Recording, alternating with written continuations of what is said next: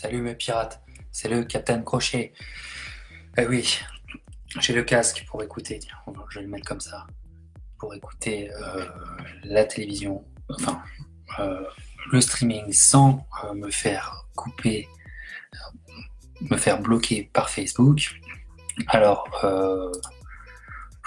mes pirates, c'est le combat le plus tardif de l'histoire, j'en peux plus, il est 1h moins le quart du matin, donc ça veut dire pour vous qu'il va être presque 8h. Tant mieux pour vous, au petit matin c'est bon. Mais, euh, mais voilà, je suis claqué, donc ça va, je vais pas m'éterniser. Mais force est de constater que franchement, on a un tout autre combat. Ce deuxième round arrive. J'ai Kovalev largement devant, un Kovalev transformé, un Kovalev euh, qui nous donne des réponses en fait sur le vrai du faux de ces dernières années. Euh, James Buddy McGirt qui est dans son coin, superbe entraîneur d'Arturo Gatti, souvenez-vous. James Buddy McGirt a fait de l'excellent travail et on a un Kovalev boxeur qui n'a en rien cherché le chaos mais qui a cherché à boxer et qui a en boxant totalement dominé son sujet. Voilà, donc très impressionnant cette métamorphose et bravo à James Buddy McGirt hein, parce que fallait le faire. Un Kovalev qui écoute, un Kovalev qui suit les directives. Franchement, j'adore. J'adore. Mon streaming vient de bloquer. On va prier pour voir la fin du combat. Voilà. Deuxième round un peu plus en accélération évidemment. Kovalev qui a passé les droites. Ouh là là, on a une 37 de la fin et Kovalev là, belle accélération. Ouh. Bon, Alvarez sera passé à côté de son sujet sur ce combat, c'est vraiment dommage parce qu'il est tellement talentueux, mais il fallait avoir un volume de boxe beaucoup plus ample pour espérer quoi que ce soit. Voilà, Kovalev qui finit très bien, c'était son gros problème. C'était son gros problème. Et là, vraiment bravo à lui. Bravo à lui. C'est vraiment génial ce qu'on voit. Vous connaissez tout ce qui entoure Kovalev en ce moment. L'état d'esprit, moi je m'attendais à vraiment un craquage psychologique, mais là, oh là là, il y a encore une droite qui fait mal, il arrive à passer les droites, bah oui, forcément, il est obligé de se découvrir Alvarez.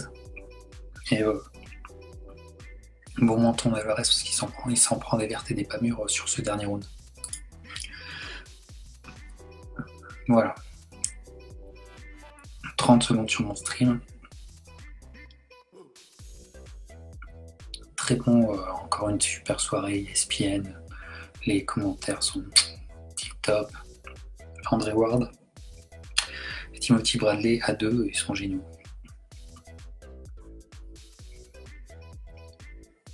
Et ben dis donc Kovalev qui finit aussi fort. J'aurais jamais parié là-dessus. Un conditioning énormissime et Kovalev qui va gagner ce combat certainement. On va attendre le scorecard des juges, mais moi j'ai sans déconner, mais les pirates j'ai un 118, 110. Hein.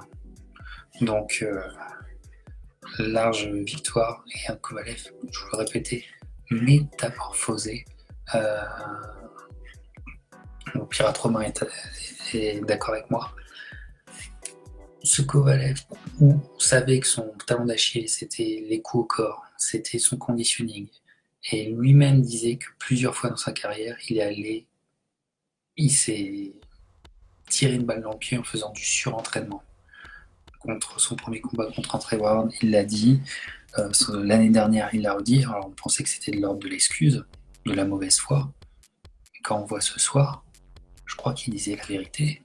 Ce mec était dans le surentraînement Et il s'est entraîné trop dur, alors que apparemment James Buddy McGirt, ce que j'ai compris des commentaires, de son interview, c'est qu'il a tout de suite compris que Kovalev arrivait déjà à l'entraînement assez shape, prêt, et qu'il n'avait pas besoin de passer 7 semaines de sparring, qu'il avait besoin d'un nombre de sparring suffisant et adapté.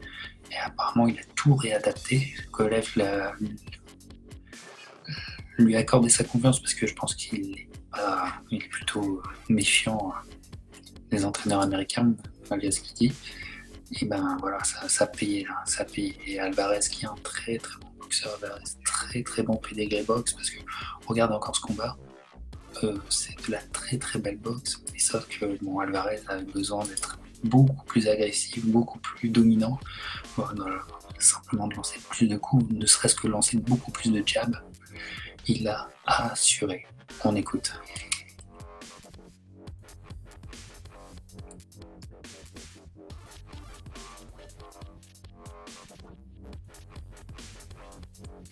Alors, décision unanime. Donc.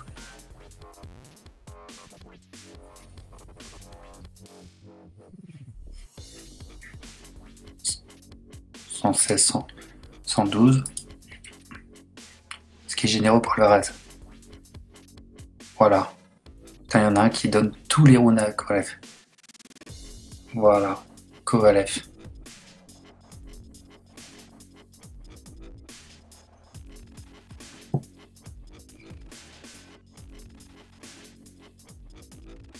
Et voilà. Mérité, rien à dire.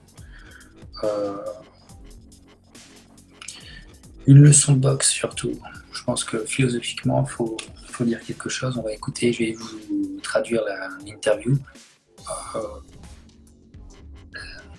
Je suis épaté par ce qu'a fait James Buddy McGirt. C'est un entraîneur de rêve pour moi. On le voit actuellement à l'écran. Il a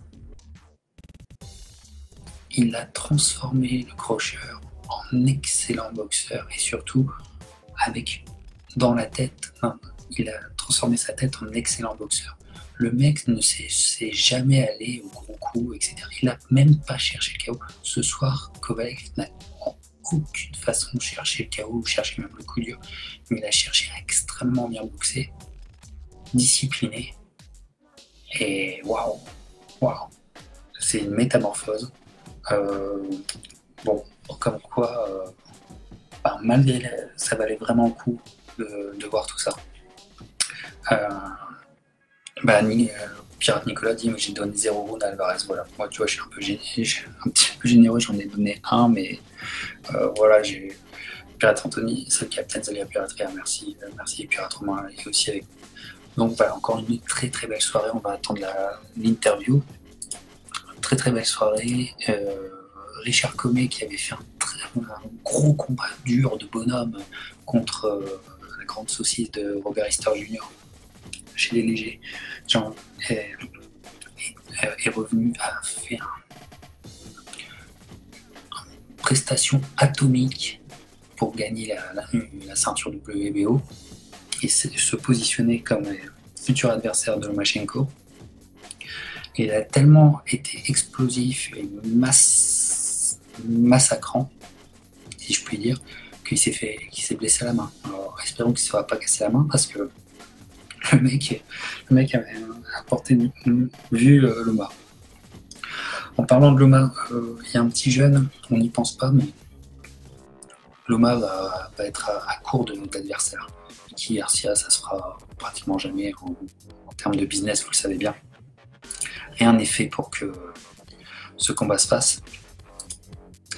Il y a un Teofimo ou Teofomi, je sais pas comment prononcer, Lopez, qui a fait aussi une prestation. Le mec, il faut se le taper. Encore un KO violent. Bon, il est un peu con sur les bords, mais ce Lopez contre Loma, moi je prends. Je suis preneur déjà maintenant. Alors est-il complètement mature? Loin de là, mais bon, je pense que va falloir prendre un risque. Loma, va falloir se le taper, même si t'es pas encore Bon, bah, voilà, tu risques rien. Enfin, ta carrière, en tout cas, ça apportera qu'un préjudice facilement réparable. Donc, si contre Comé ça se fait pas, moi je te dis, mettez le PS directement cette année. Voilà, donc il a fait un super combat, regardez-le. Voilà pour ce soir. Le retour de Valdez, qui est un warrior très intéressant, lui aussi dans une démarche de très bon boxeur, qui sur pratiquement, sans exagérer, c'est pratiquement un uppercut à plier son italien d'adversaire, Oscar Valdez. Très intéressant, c'est comment lui aussi en train de se métamorphoser avec un très bon entraîneur, celui de Canelo. Eddie le Gros. Euh, voilà, alors on y arrive. Donc je mets mon petit casque et puis dès qu'il y a les interviews des boxeurs, je vous fais la traduction. Eh oui, mes pirates. Voilà, putain, je suis KO, je suis niqué de chez niqué. Bref, euh, voilà mes pirates. Donc une belle soirée encore ESPN. Enfin, je veux dire, c'est génial. En attendant, j'ai des pirates qui m'envoient des petits messages pour me parler d'une annonce cette semaine dont je n'ai pas parlé. Alors, faute à moi, bon, le boulot, la fatigue, mais allez, j'écoute les interviews. On commence avec Alvarez. Ils parlent en espagnol, mais après ils vont traduire en anglais et moi je traduirai en anglais. On parle du volume de boxe, c'est une évidence.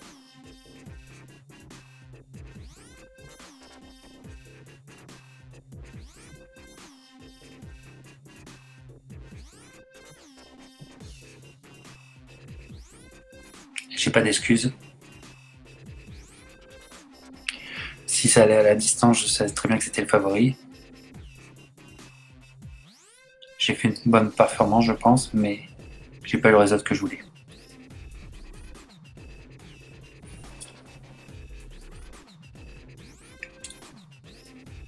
Tu te vois juste comme un perdant ou tu donnes du crédit à ton adversaire sur sa performance?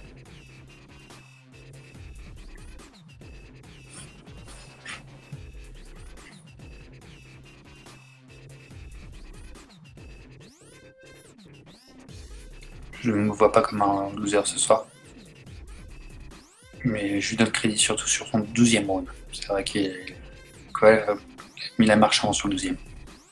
C'est vrai que Kovalev, de retour, a complètement changé Sergei pour ce combat en termes de conditioning et de stratégie. Ce training camp a été vraiment génial. Vraiment, je donne du crédit pour ça. Teddy Cruz et Buddy McGeard, merci énormément. Ils m'ont vraiment aidé. Je me suis tellement surentraîné depuis des années que là, j'ai compris des choses.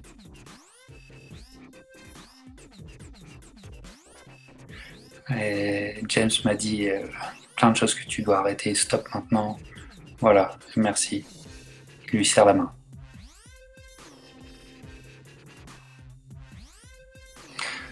Souvent ton entraîneur t'a dit n'oublie pas de revenir à la base, aux choses de base, et de rester calme.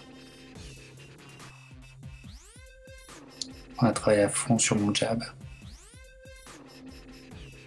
Et on est revenu à mon style amateur. J'étais vraiment similaire à ça quand j'étais en amateur, faut le savoir.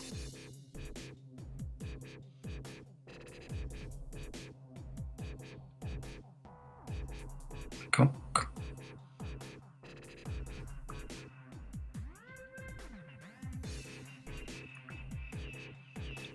et quand j'ai tourné pro, j'ai combattu 6 fois par an au début de ma carrière. Et après, aux États-Unis, j'ai moins combattu, etc. Et j'ai eu du mal à m'adapter à ça.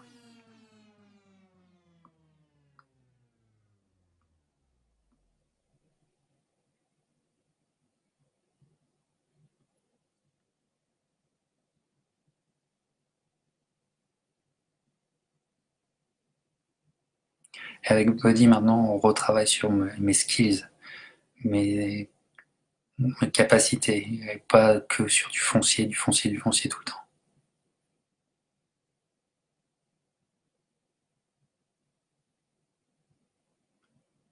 Alors maintenant que tout a changé pour toi ce soir, qu'est-ce que tu veux pour le futur? Tu veux unifier les ceintures? Moi, je suis à une réunification de titre, ça te ferait vraiment plaisir. Je suis prêt. Ah,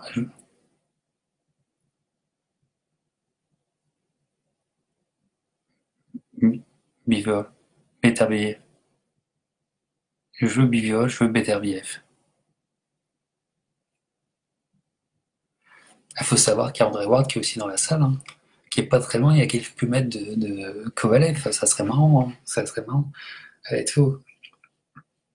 Mais ça a été très marrant de voir André Ward dire autant de bien de Kovalev ce soir. Ça a dû donner des hémorroïdes, mais c'était quand même super sympa.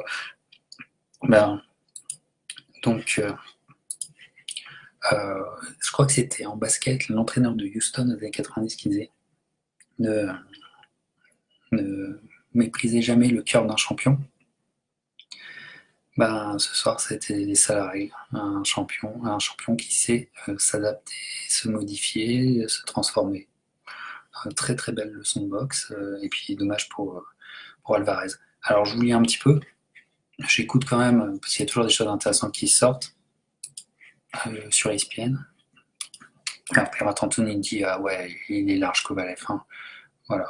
Et tu continues en même temps, tu risquerais jamais rien contre le mât, peu importe qui le prend le mât sera large favori. Voilà, c'est bien. Donc le petit Lopez là, franchement, bah, qu'il le fasse, il est ultra talentueux, il a une énergie folle de ses 20 ans, je sais même pas s'il a 20 ans, mais de ses 20 ans, voilà, c'est le, j'ai envie de dire, c'est le gamin qui dès qu'il gagne, il danse comme dans Fortnite, comme les danses des gamins. Donc vous allez le reconnaître tout de suite, mais non, et puis, ça serait plutôt pas mal. Voilà. Alors, je regarde toujours ce qui se passe sur ESPN. Mais en attendant, bon, les deux boxeurs saluent les fans, ils sont sur le chemin des vestiaires. Il y a Max Kellerman, maintenant si vous êtes fan des médias, Max Kellerman est maintenant fait partie du crew, vu qu'il travaille déjà pour ESPN pour l'émission du matin First Take. Voilà. Donc, j'en profite. Maintenant, bon, maintenant il est 1h du mat pour moi. On n'est plus à quelques minutes près. J'en profite parce que je pense que cette semaine, j'aurai pas le temps de faire des vidéos, j'aurai vraiment, vraiment, vraiment pas le temps. Euh, pour vous parler des annonces de la semaine. Et qu'est-ce qui se passe? Il se passe ce qu'on pressentait. Deux éléments importants. On va commencer par les poids lourds. Anthony Joshua va faire ses grands débuts américains au Madison Square Garden de New York contre Big Baby Miller. Vous savez que Joan Dupa, l'année dernière, l'avait rencontré. Voilà. Ça peut être un très bon combat technique, plus qu'on le croit. Big Baby Miller, je pense qu'il est surcoté dans le sens que si tu le compares à Dillian White a une plus grande légitimité à être considéré comme le challenger officiel. Mais bon, c'est que des raisons de business. Je pense que Dillian White a affronté des meilleurs noms, du meilleur niveau, euh, et avec des résultats plus impressionnants. Et Big Baby Miller, très intéressant pour son poids, sa catégorie, un style assez intéressant pour les poids lourds. Mais je pense que quand Anthony Joshua, il va y aller pour défoncer sa gueule en style comme il avait fait en 2015 contre Dillian White. Il va rentrer dedans comme un sanglier pour vraiment lui montrer c'est qui le patron sur le ring. Et je pense que il a des skills, comme on dit, euh, bon, on ira au-dessus des 6 rounds. Si ses skills, c'est pas si impressionnant que ça, s'il est pas slick, s'il a pas une bonne défense et surtout des bonnes jambes et des bons mouvements latéraux, il sera défoncé. Voilà. Mais peu importe sportivement, ce qui est intéressant, c'est que bon, il y a ils vont sur le marché américain et puis je vous parie que cette semaine, ou maximum dans un délai de 10 jours, la revanche entre Fury et Wilder va être annoncée aussi. Donc en fait, c'est une grosse guerre énorme et je pense une guerre à mort, vraiment une guerre à mort qui peut être pas fatale pour la boxe, mais qui peut être un vrai tremblement de terre. Mais on est dans une guerre à mort entre Showtime et DAZN. Et les deux sont plus fragiles qu'on le pense. Showtime, par cette nouvelle concurrence, est obligé, pour des questions financières, d'accumuler des pay-per-view. Mais c'est un modèle économique à double tranchant, parce que beaucoup de pay-per-view dans une année, Showtime pendant là ces derniers temps, ils faisaient un pay-per-view par an maximum. Et là ils vont en faire. Ils sont déjà en 2 mois, ils sont déjà à 2 pay-per-view. Ils vont en faire forcément un troisième avec la revanche de Wilder Fury.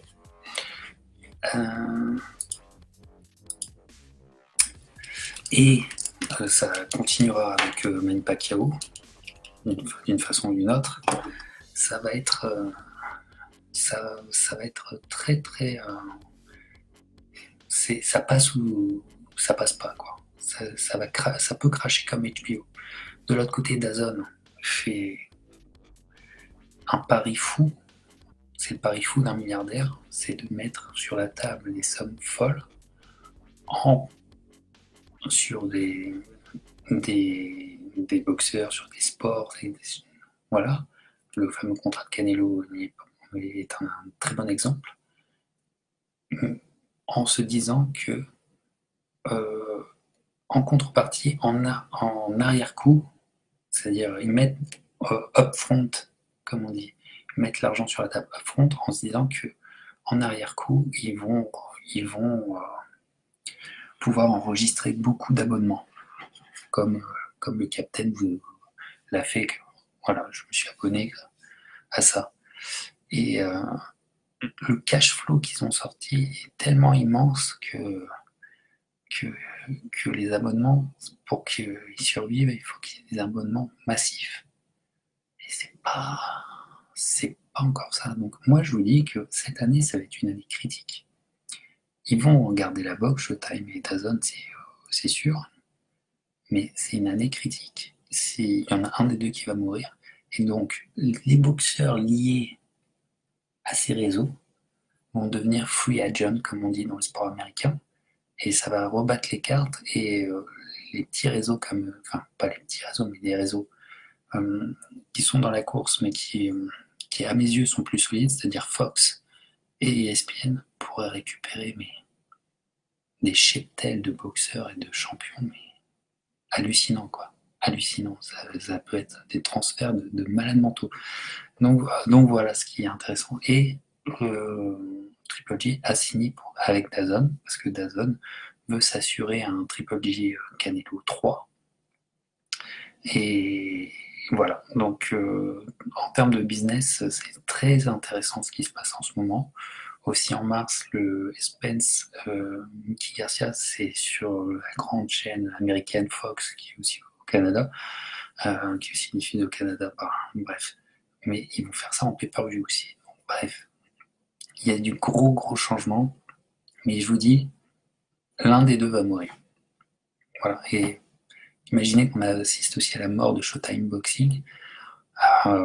C'est encore des pages d'histoire qui se tournent. Nous qui sommes l'amateur de boxe, le fou furieux de boxe, qui est lié, qui est très conservateur, ça fait bizarre.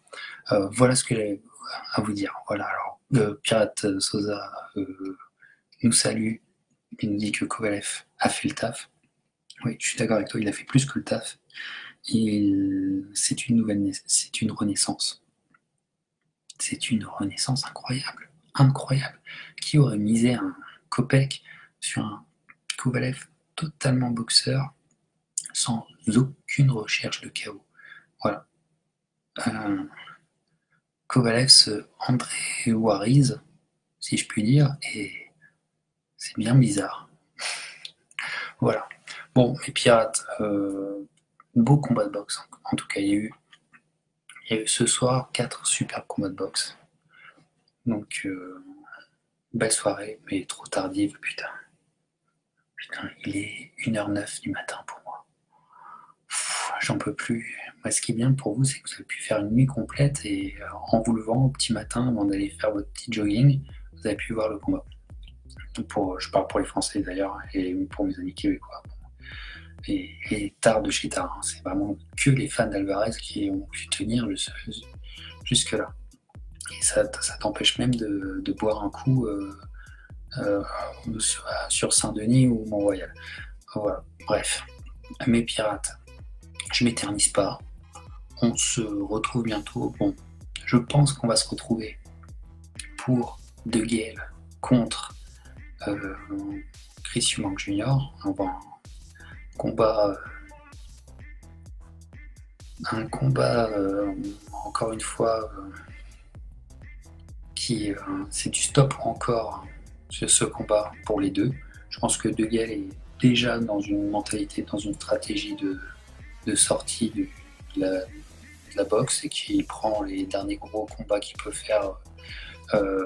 Voilà, je pense qu'il est un peu déçu que son ami George Groves ait pris sa retraite cette semaine parce qu'il aurait peut-être pu manier un petit match revanche avec lui en guise de jubilé.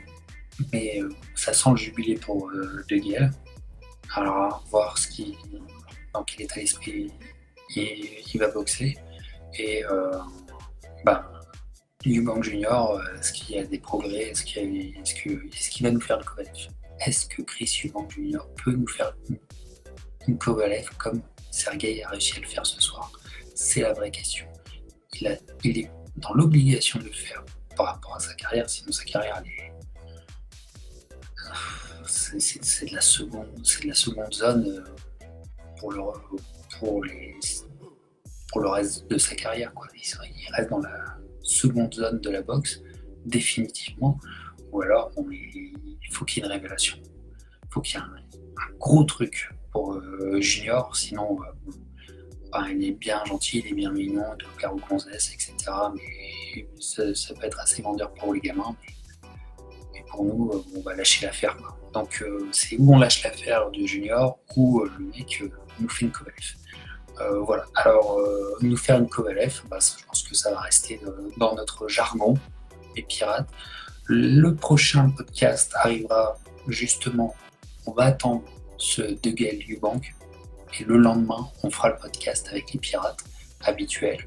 On va attendre ça. Ça serait dommage de faire un podcast avant ce combat.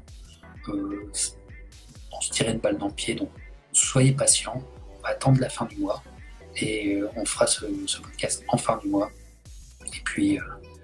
Et puis le 16 mars, tout le monde au garde à vous. Mickey Garcia. Errol Spence Jr. Errol Spence, je suis fan depuis toujours. Mickey Garcia, le fait de prendre ce défi, je n'ai que du respect à lui donner. Je l'apprécie, je l'aime de plus en plus. Ça va être de la bombe. Voilà, ça va être de la bombe absolue. Les pirates, passez un bon week-end. Demain, Super Bowl. Je le sens bien. Voilà. Notre Tom Brady, il va le faire. Et ça fera chier beaucoup de monde encore. Donc, rien que pour ça, demain, comptez pas sur moi. Je suis en famille à regarder ce putain de match. Voilà, allez, je vais dormir là, putain. 1h15 du matin, mais j'ai passé l'âge de ces conneries, moi. Tu connais l'arme fatale? Tu vois, Danny Glover, il est en face de toi. Allez, mes pirates. Ciao, bonne semaine.